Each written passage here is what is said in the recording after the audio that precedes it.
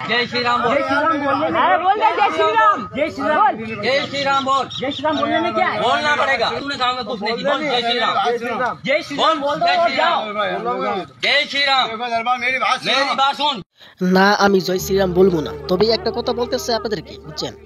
আপনাদের গ্রামে কইছিল মুসলমান মানুষ দেখলে মার দূর করবি আর জয় শ্রীরাম ধ্বনি দিতে বলবি, আর জয় শ্রীরাম না বললে মুখ ফাটাই দিবি। এই কুত্তাগুলোকে যদি আমি পাইতাম আমার এবং এই সারা মুসলমান মানুষের প্রস্তাব খাওয়াইতাম। তবে আপনারা কি বলেন অবশ্যই কমেন্ট করেন।